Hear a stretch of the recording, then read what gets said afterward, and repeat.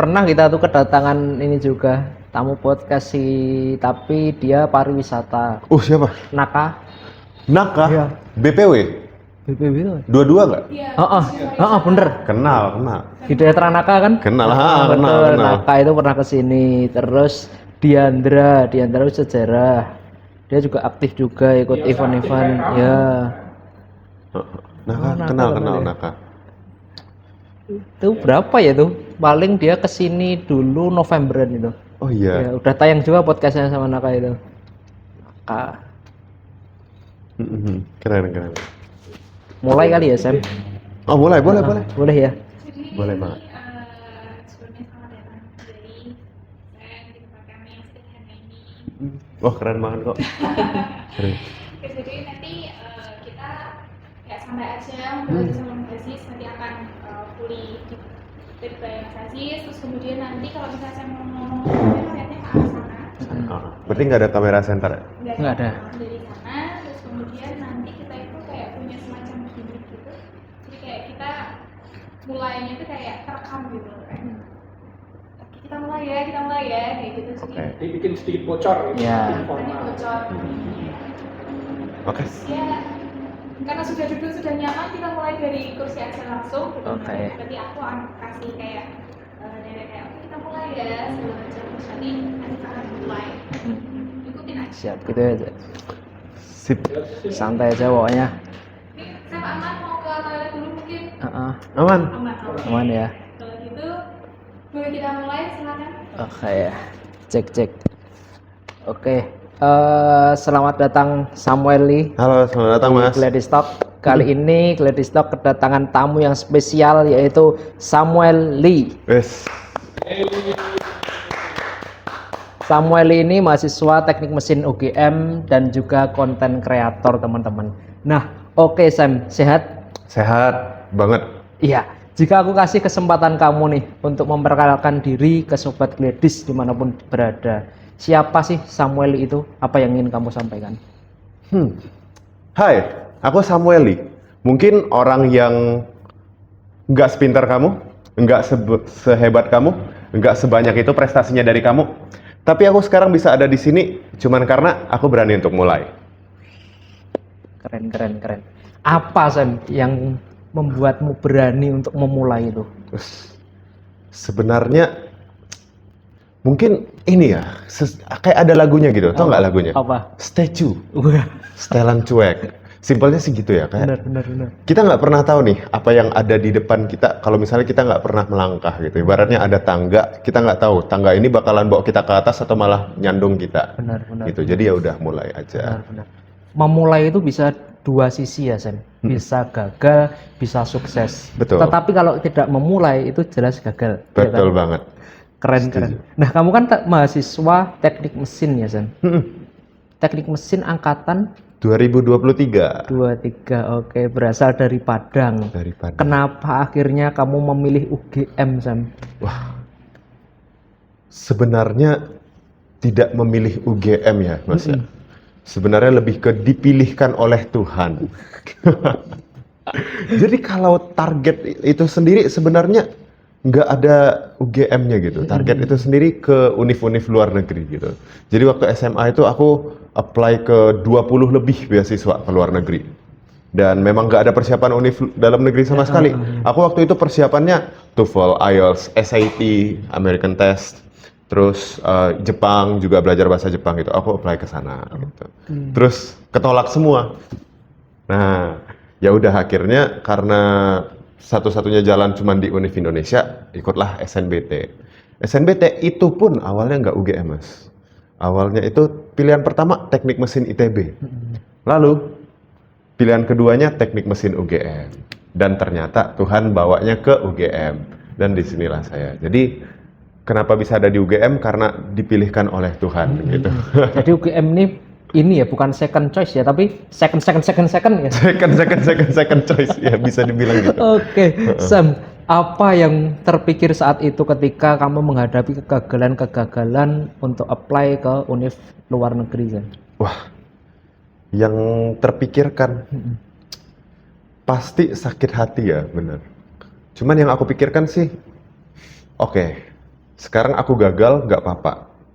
Yang penting itu bukan gimana prosesnya, tapi gimana akhirnya. Semua kegagalan ini nanti bisa jadi cerita. Bayangin kalau misalnya ada main karakter, dia itu menang terus. Ibaratnya Superman deh. Superman aja pernah kalah kan, padahal dia manusia paling kuat di alam semesta. Tapi dia pernah kalah, karena di situ letak asiknya. Gitu juga. Aku juga mikir, oke, mungkin kegagalanku sekarang yang akan membuat ceritaku nanti waktu sudah sukses diceritakan jadi lebih asik. Gitu sih, Mas. Keren. Jadi jangan memandang kegagalan itu sebagai ini ya Sam, ujung ya. Benar banget. Keren. Nah, kemudian sebagai mahasiswa teknik mesin Sam, yang sering dianggap berat dan kaku ya mahasiswanya. Kenapa akhirnya kamu terpikirkan untuk menjadi konten kreator? Wah, asik itu, Mas. Sebenarnya teknik mesin ini kan sibuk banget ya. Iya, benar. Dan kebetulan saya di sini beasiswa penuh juga di UGM. Dan itu harus IP-nya itu terjaga di atas 3 gitu kan. Nah, dengar-dengar desas-desus dari orang, dapatkan IPK 3 di atas, dapatkan IPK 3 di teknik itu susah banget gitu kan. Nah, awalnya itu fokus dulu sih, fokus belajar dulu. Terus setelah tahu nih, algoritma belajar tuh gini loh, sudah tahu kan. Nah, baru setelah itu baliklah ke mimpi masa kecil. Mungkin kita di sini kan beda generasi nih, Mas. Iya, benar. Mas milenial kan? Enggak, Gen Z. Oh, Gen Z juga. Awal. Oh, Gen Z awal. Nah, berarti harusnya relate nih, Mas. Iya. Mas berarti pasti waktu kecil tuh punya cita-cita untuk jadi YouTuber. Ya. Semua Gen Z yang saya tanya pasti punya cita-cita masa kecil jadi YouTuber. Zaman-zamannya Last Day Production, Edozel, siapa yang nggak pengen jadi YouTuber? Saya sendiri juga pernah nyoba, Mas, jadi YouTuber. Tahu nggak, kelas 4 SD? Kelas 4 SD itu waktu itu saya pernah buat, harusnya Mas tahu, makan samyang pakai bon cabai level 30. Itu tahun 2016, lagi viral-viralnya kan. Itu saya pernah buat YouTube-nya. Meledak nggak? Enggak sih. Ya balik lagi. Di situ letak asiknya. Betul. Nah, makanya kenapa akhirnya jadi konten kreator lagi? Karena cita-cita masa kecil itu masih membara, masih ada api yang tertinggal gitu, yang akhirnya di-spark dan jadi seperti sekarang gitu, Mas. Oke, jadi tentang masa kecil kemudian kamu ingin melanjutkan mimpi-mimpi itu ya. Keren. Nah, kemudian aku kan melihatmu di Instagram itu di Januari 2025 ya. Kamu kan mutusin untuk mulai ngonten. Kemudian pakai iPhone 13 yang kamu belinya hutang uang mamimu. Apa yang membuatmu seberani itu, Sam? Waduh. Gimana ya? Itu ceritanya lucu sih, Mas. Kebetulan uangku bukan yang nggak ada. Ada pas-pasan lah waktu itu. Tapi uangku tuh semuanya lagi di pasar modal.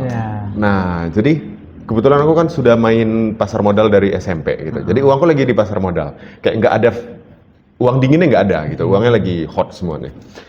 Jadi waktu itu terpaksa nih, karena memang sudah nekat banget. Aku harus ngonten gitu. Sebenarnya terinspirasi dari apa? Dari awal mulanya aku ngonten tuh, Mas. Tau nggak gara-gara apa? Gara-gara putus cinta.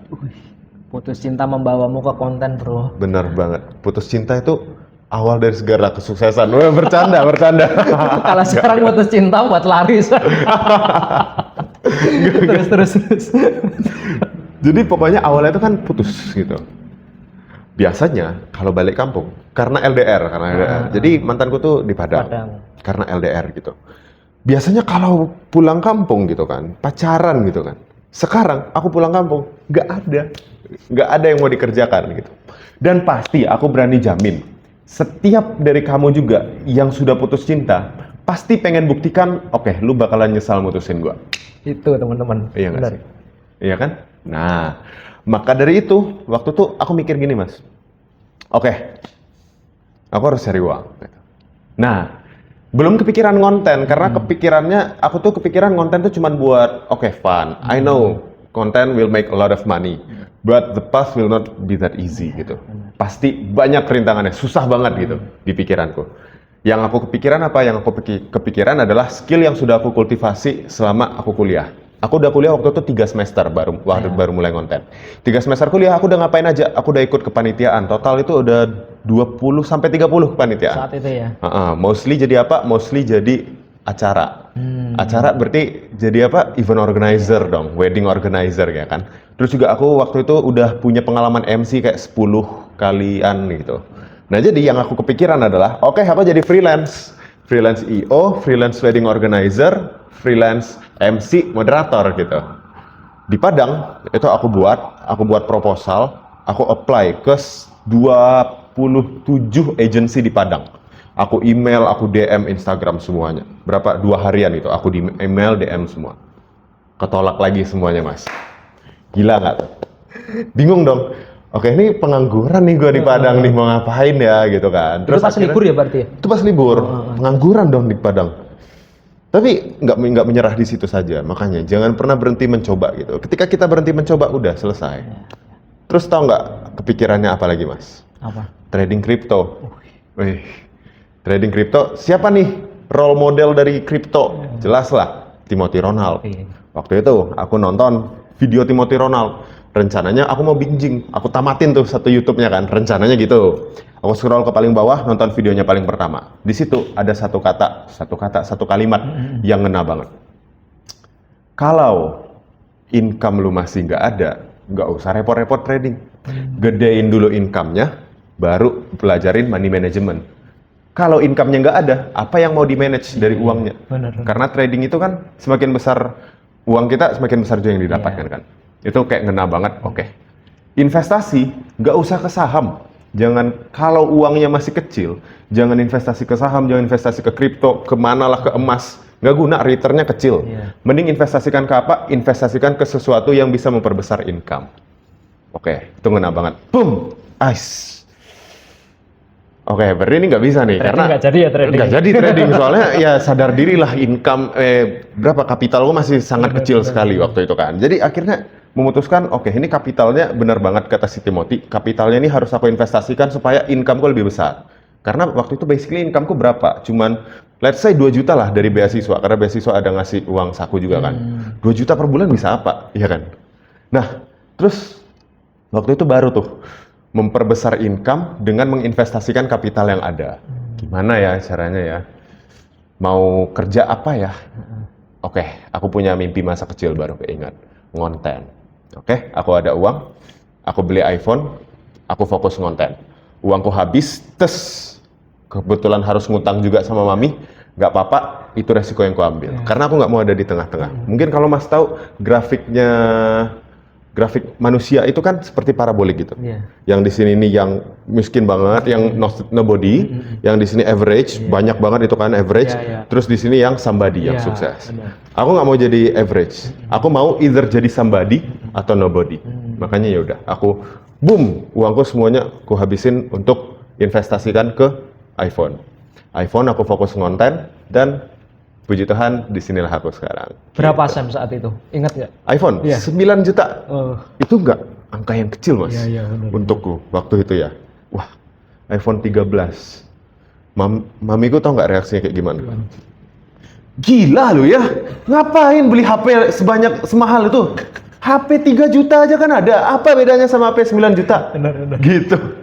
Ingat nggak Sam, konten pertamamu apa saat itu? Oh ingat dong, konten pertama aku tuh waktu itu konten transformasi gitu Mas. Kayak gimana aku diremehin terus sekarang sudah ada di UGM dengan IP sekian gitu, IP 3,9 gitu. Itu konten pertamaku. Oke, nah kemudian di konten pertama, kemudian sampai FYP, itu konten keberapa Sam? Ingat nggak? Oh, kalau misalnya dihitung dari akunku yang sekarang, konten pertamaku langsung FYP Mas. Oh langsung? Langsung FYP gitu. Kenapa? Karena sebelum konten aku belajar dulu. Kali ini aku serius kontennya kan, karena kan memang beneran mau jadikan ini sumber pendapatan. Sebelum konten itu aku pelajari dulu gimana caranya viral, gimana algoritma Instagram bekerja. Itu aku pelajari 2 mingguan total, aku riset, terus aku udah buat bank konten. Gitu. Jadi beneran ada strateginya. Iya. Tapi kalau misalnya ditanya, seberapa banyak konten yang kamu buat sebelum akhirnya viral, mungkin lebih dari 100. Kalau mau dihitung sama YouTube, kalau mau dihitung sama, sebenarnya waktu maba aku juga pernah ngonten. Ngontennya bukan yang kayak sekarang, personal branding. Tapi aku waktu itu mau jadi fitness influencer, like, gitu. Tapi diarahkannya untuk menjadi edukator public speaker gitu. Benar. Ini ya Sam, ibaratnya batu pecah itu kepukulan keberapapun tapi bukan pukulan pertama ya Sam. Betul banget. Oke, nah dengan 200.000 followers, 220 ya sekarang? 200, ya kayaknya iya deh. 200 ribuan followers itu kurang dari setahun. Itu kan bukan suatu kebetulan kan Sam. Strategi apa ya yang kamu terapkan hingga itu terjadi Sam? Oke. Sebenarnya strateginya ada banyak banget Mas. Kalau kita mau bongkar satu-satu di sini, mungkin podcast ini nanti lamanya jadi 5 jam. 3 SKS nih. Soalnya kebetulan nih aku ada kelas konten juga kan. Iya. Nah jadi banyak banget strategi kontennya. Tapi balik lagi, percuma kita pelajari teorinya, percuma pelajari strateginya, kalau kontennya nggak di-post. Langkah pertamanya apa? TikTok, di draft di TikTok kalian pasti banyak kan. Tinggal di-post aja. Kalau memang mau jadi konten kreator ya, pasti aku jamin, pasti di TikTok kalian draftnya banyak banget. Post aja itu dulu. Malu nggak? Ya malu. Wajar nggak? Wajar. Tapi orang paling 2 minggu lupa. Benar. Paling lama 2 bulan lupa. Gitu. Jadi strateginya apa? 1, berani memulai. Yang kedua, yang lebih penting, konsisten. Itu aja sebenarnya. Strategi yang lain itu nyusul. Iya. 2 itu ya Sam yang penting berarti ya. Berani mulai, konsisten. Tanggung jawab sama apa yang sudah dimulai. Karena ini bukan tentang gimana cara kita menanggulanginya atau gimana-gimana, tapi gimana caranya kita mempertanggungjawabkan apa yang sudah kita mulai gitu. Mulai mah gampang juga sebenarnya. Benar. Tapi ini nggak sih, penting nggak sih untuk konsisten tema kontennya kan? Tergantung. Kalau misalnya dibilang perlu nggak untuk konsisten, nggak juga. Karena balik lagi Mas. Jadi kalau di konten itu agak ribet ya sebenarnya. Iya. Ada beberapa level di konten. Mulai dari 0 sampai 10.000 followers itu namanya nano influencer. 10.000 sampai 100.000 itu namanya mikro. 100.000 ke atas sampai 1 juta itu namanya makro. Di atas 1 juta itu namanya mega. Tiap tingkatan ini itu tuh punya strateginya masing-masing, berbeda-beda. Resep untuk masaknya itu beda-beda. Nah, kalau dibilang penting nggak niche konten itu kan namanya niche ya. Niche konten itu penting nggak? Untuk di awal-awal 10.000 ke bawah itu penting banget. Karena orang nggak tahu kita siapa. Iya, Lu siapa? Kenapa gue harus follow lu gitu. Ketika kita sudah 10.000 ke atas itu sudah mulai boleh diverse niche-nya, perbanyak niche-nya. Ketika sudah di atas, sudah 100.000 ke atas, kamu niche-nya. Orang follow kamu itu tuh bukan karena apa yang kamu bahas, tapi karena kamunya gitu. Ibaratnya kita follow siapa? Jerome Pauline. Iya. Bukan karena dia jago matematika kan. Kalau dulu iya mungkin. Iya, awal-awal ya. Awal-awal iya kan. Sekarang kita follow Jerome Pauline karena apa? Karena dia Jerome Pauline. Gitu juga. Jadi Oke. beda-beda. Oke. Nah, kalau kemudian konten itu berarti kalau mau teman-teman kalau mau lihat apa mempelajari konten ikut kelasmu ya, San? Bisa banget. Klik link di bio. Wede. Asik. Izin. Nah, kemudian di Februari 2025 aku dengar akunmu juga kehack. Oh iya benar. Gimana kok itu bisa terjadi? Terus gimana perasaanmu saat itu, Sam? Waduh. Itu pengalaman yang berat sekali ya Mas untuk diingat ya. Waktu itu nggak cuman kehack, nggak cuman akun kehack tapi ke scam lagi. Aku ke scam berapa? Total 2 juta. Oh iya. Ya waktu itu. Jadi singkat cerita kena phishing. Waktu itu pas banget nih. Pokoknya orang hacker-hackers itu pinter-pinter kan sekarang. Iya. Pas banget waktu itu aku 50.000 followers. Aku 50.000 followers, muncul tuh hackernya. Hackernya tuh pakai nama Meta Official gitu. Terus dia nge-DM aku, katanya, akun kamu sudah bisa terverifikasi untuk dapatin centang biru. Klik link ini. Kupikir Meta asli dong. Iya, Namanya Meta Official gitu kan. Pencetlah linknya. Masukin data, boom, hilang. Semuanya hilang. Terus akhirnya gimana caranya bisa balik? Intinya aku nyewa hacker untuk ngehack balik gitu. Ada namanya black hacker sama white hacker gitu kan. Jadi singkat cerita aku nyewa hacker untuk ngehack balik. Dan gimana perasaanku waktu itu? Tentu sakit hati ya. Bayangin apa yang sudah dibangun selama 2 bulan dengan kerja keras berdarah-darah, itu kan liburan. Iya, iya. Waktu liburan orang ngapain sih? Orang senang-senangan, orang senang-senang, orang mungkin nonton Netflix, orang rebahan. Aku ngapain? Aku tiap hari nyusun ide konten, shooting, editing, dan lain-lain. Aku kerja waktu orang sedang bersenang-senang gitu. Semua kerja kerasnya tiba-tiba hilang, boom. Terus waktu itu 1 hari itu, aku depresi lah ibaratnya, nggak niat ngapa-ngapain. Tapi besoknya aku langsung bangkit lagi. Aku buat akun baru dari nol. 1 hari itu langsung di 2000 followers. Dan kebetulan puji Tuhan, besoknya langsung balik akunnya. Jadi masih ada akun yang aku buat baru itu dari nol. Kayak oke, aku nggak nunggu lama. Karena aku tahu kalau aku tuh bisa di 50.000 followers bukan karena hoki, tapi karena memang strategi. Aku yakin aku pasti balik ke sana lagi. Aku mulai dari nol. Dan masih ada akunnya sekarang.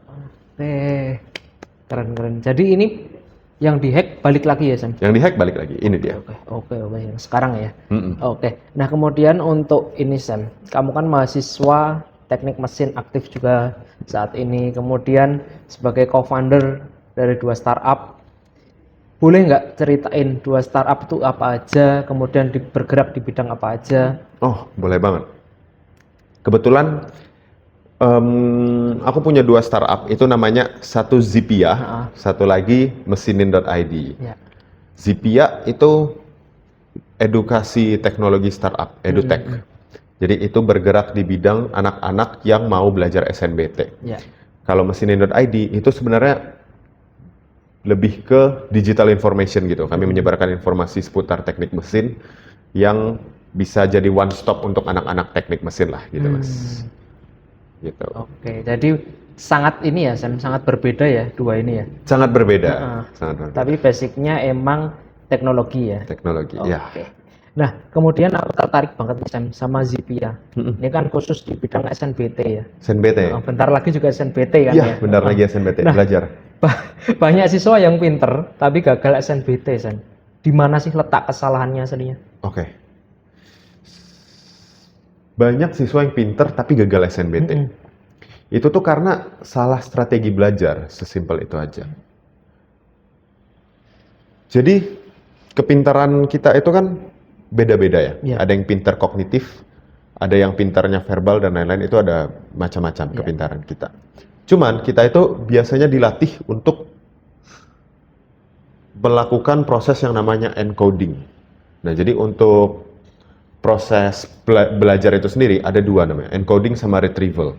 Encoding itu proses memasukkan informasi ke otak, retrieval itu proses mengeluarkan informasi. Kebanyakan orang itu cuma melatih encoding, nggak pernah retrieval. Retrieval ini seperti apa? Contohnya kita simulasi ujian gitu. Pernah nggak sih ada yang belajar seperti simulasi ujian gitu? Jarang pasti kan. Sama juga orang-orang kebanyakan kelirunya kenapa? Kebanyakan drilling latihan soal nggak pernah jarang try out. Gitu. Jadi jarang merasakan, oh gimana sih sensasinya try out itu? Gimana sih ngerjain soal yang dikebut waktu? Nggak pernah kan? Gitu. Kebanyakan orang salahnya di situ. Meskipun mereka pintar, tapi kalau mereka nggak tahu gimana situasinya waktu ujian, mereka nggak terbiasa ketika berada di dalam tekanan. Karena waktu latihan sama waktu mengerjakan asli kan beda. Pressure di otaknya kan beda juga. Benar. Gitu. Jadi makanya bisa seperti itu. Oke. Jadi banyak faktor ya, Sam, untuk anak-anak yang pintar tapi gagal SNBT itu ya. Betul, banyak banget faktor. Aku setuju banget sih tentang kebanyakan manusia itu hanya memasukkan informasi tanpa mempraktekkan atau mengeluarkan itu. Betul. Bener. Nah, kemudian kalau kamu harus kasih satu prinsip belajar, Sam, untuk teman-teman adik-adik yang mau SNBT, apa itu? Simple sebenarnya. Seperti yang aku bilang tadi. Drilling, try out. Jangan drilling latihan soal. Itu juga yang aku lakuin sebenarnya.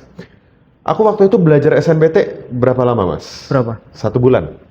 Dari 0, ya nggak 0 sih, dari 400. Ya. Jadi aku pertama kali, kan aku udah ceritakan kalau aku itu kejar beasiswa luar negeri. Nggak ada dong waktu belajar SNBT. Benar. Sisa 1 bulan SNBT, baru mau ngejar SNBT. Terus aku coba try out SNBT, 1 bulan sebelum SNBT, berapa nilaiku? 400 skor try out. Terus oke, harus belajar. Cara aku belajar gimana? Simple, drilling try out.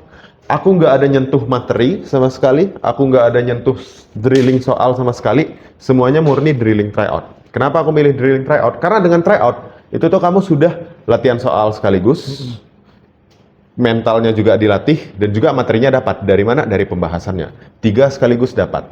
Capek nggak? Capek.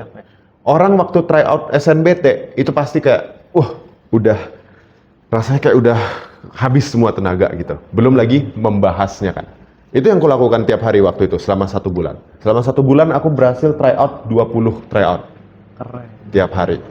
Jadi kamu ini ya perbanyak latihan terus gitu ya, tanpa menyentuh materi sama sekali. Materinya disentuh waktu selesai latihan. Jadi ibaratnya latihan tryout, terus dibahas nih. Oh salahnya di mana? Kan kebahas juga materinya dikit-dikit.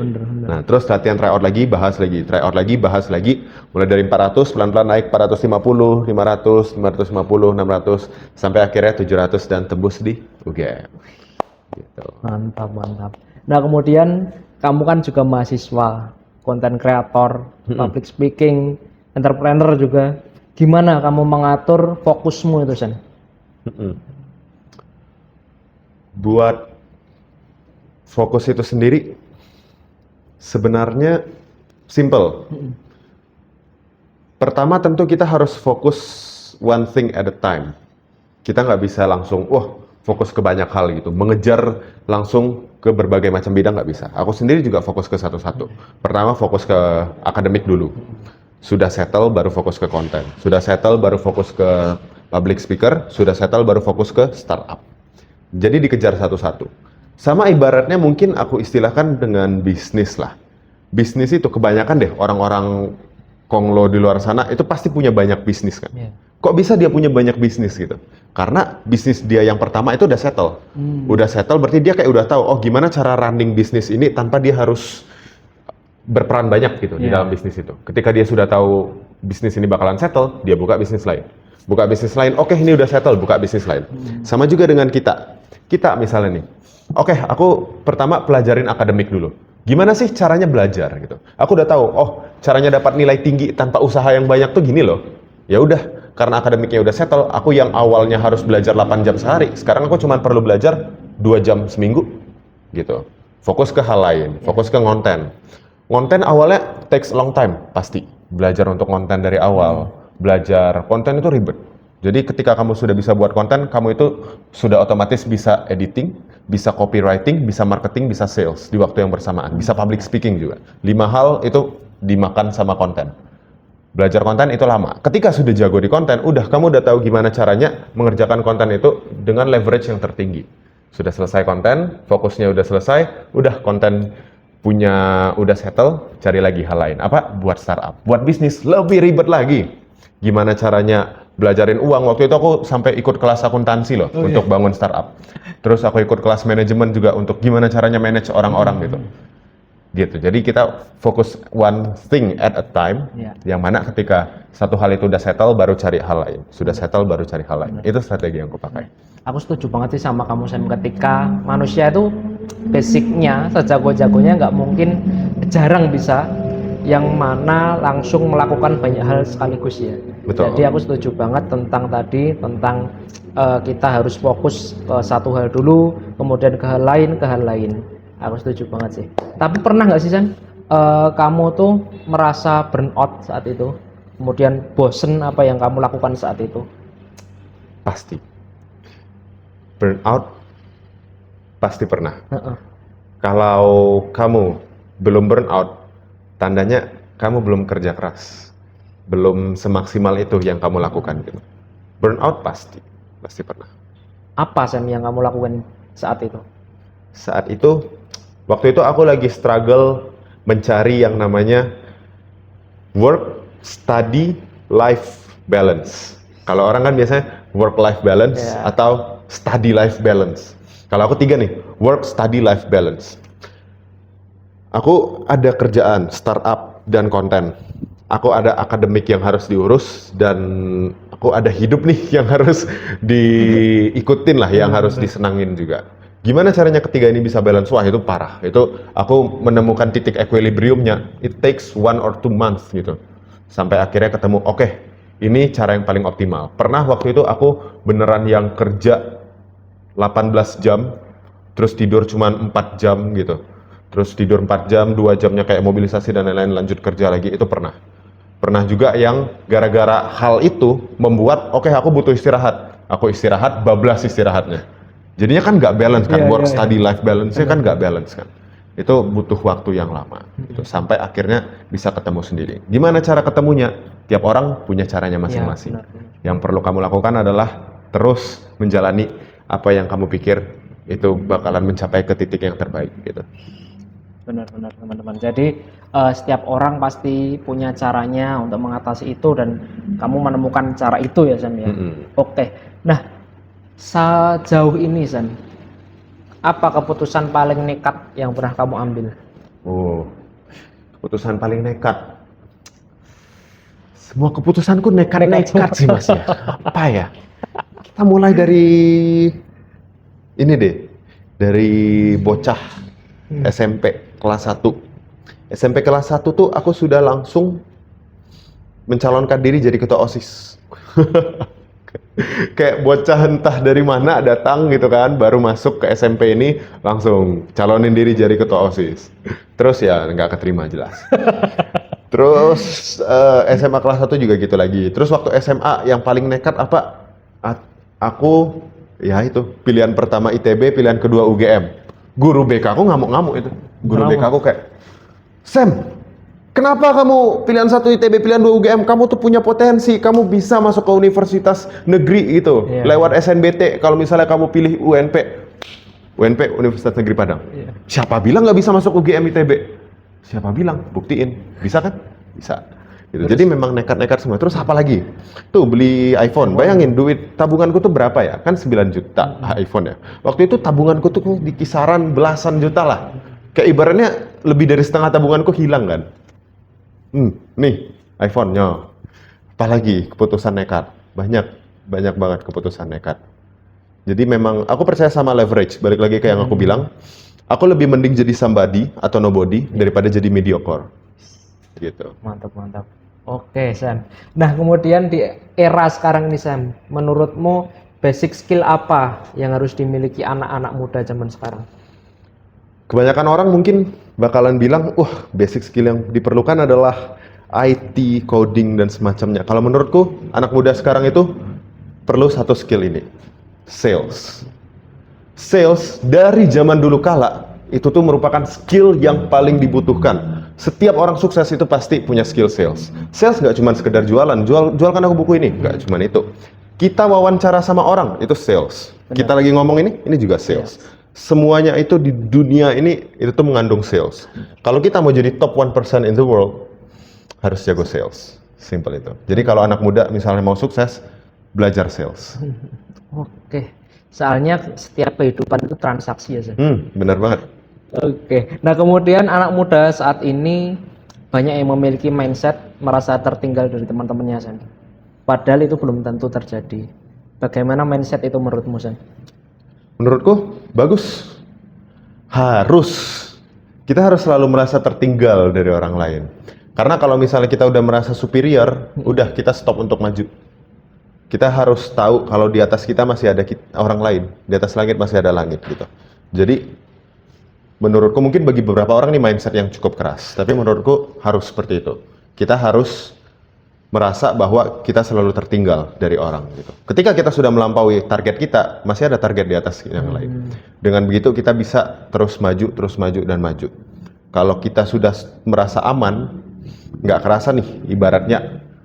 Sering kan kejadian kalau misalnya lagi balap lari gitu, yang juara 2 nyalip ke juara 1. Kenapa? Karena yang juara 1 ini sudah merasa aman. Oke, aku sudah pasti menang nih, padahal belum tentu. Gitu. Jadi harus selalu ngerasa tertinggal dari orang lain. Aku setuju sama mindset itu. Oke. Berarti kalau kita merasa aman, kita merasa settle, itu malah bisa menjadi bumerang sendiri ya, Sam? Bumerang sendiri, betul. Dan merasa tertinggal juga bukan sepenuhnya yang salah, tetapi itu bisa memotivasi teman-teman semua. Benar banget. Oke. Nah, kemudian jika ada nih orang sukses, pasti akan ada omongan, kamu mah enak, pasti punya privilege dari orang tuamu, sehingga lebih mudah menggapai sukses itu. Gimana kamu menanggapi ini, Sam? Kalau aku menanggapinya, oh iya, oke gitu. Karena setiap orang tuh punya privilege-nya masing-masing. Tapi mereka nggak tahu kan apa privilege kita. Ya, betul. Kita nggak bisa nutup mulut orang untuk stop ngomong. Yang kita bisa lakukan adalah tutup telinga kita untuk dengar. Jadi ya udah, kalau dia mau ngomong apapun terserah, kita lakukan apa yang kita lakukan dan nggak usah dengerin apa yang dia bilang gitu. Kita nggak bisa tahu, kita nggak bisa stop ranting pohon dari jatuh, tapi kita bisa tutup kepala kita supaya ranting pohonnya nggak kena kepala kita. Oke. Gitu aja. Kelas. Kemudian ini Samuel Lee, pemuda dengan 220.000 followers, kemudian udah memiliki 2 startup, mahasiswa UGM, dan IPK juga tinggi, dan masih banyak kelebihan lainnya. Pernah nggak sih seorang Samuel ini merasa insecure? Wis. Insecure. All the time, Mas. Setiap saat pasti Gitu ya? insecure. Nah, Kenapa tuh? kenapa? Karena balik lagi kayak yang aku bilang tadi. Aku ngerasa masih banyak potensiku belum di sini gitu. Aku merasa, oh apakah aku belum melakukan yang terbaik gitu. Dengan begitu, baru aku bisa mencapai potensi yang maksimal gitu. Jadi sebenarnya insecure itu nggak masalah sih sebenarnya. Aku insecure all the time gitu. Tapi kadang ketika lagi insecure itu obatnya adalah istirahat. Ketika sudah insecure banget, obatnya istirahat gitu. Kadang kita juga butuh break. Karena kalau tahu di mobil balap itu pasti ada pit stopnya kan. Iya. Nah, itu untuk ganti ban, untuk ganti isi bensin ulang, dan itu yang bisa buat kita jadi balap lebih cepat lagi. Kadang break itu sangat penting juga. Jadi nggak salah ya, seorang misal sedang insecure banget, kemudian sedang burn out, itu masuk pit stop nggak masalah ya? Nggak masalah, nggak masalah. Oke, keren. Nah kemudian siapa aja sih Sam sejauh ini support system terbesarmu? Banyak sih Mas. Paling pertama tentu Tuhanku, Tuhan Yesus yang selalu ada meskipun setiap orang pergi. Yang kedua jelas orang tua.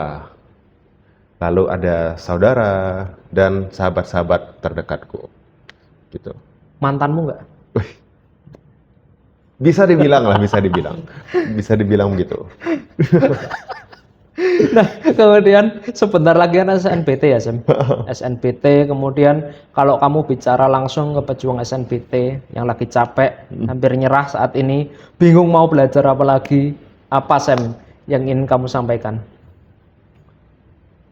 Buat kamu yang lagi belajar SNBT sekarang, yang lagi capek sekarang, kamu nggak sendiri. Semua orang pasti capek. Semua orang yang sudah ada di atas itu pernah ada di sisimu. Yang kamu harus lakukan adalah bayangin kamu seorang time travel, tutup matamu, kamu bayangin 3 tahun ke depan, kamu sudah ada di universitas impianmu. Terus kamu lihat ke belakang, langkah apa saja yang sudah kamu ambil.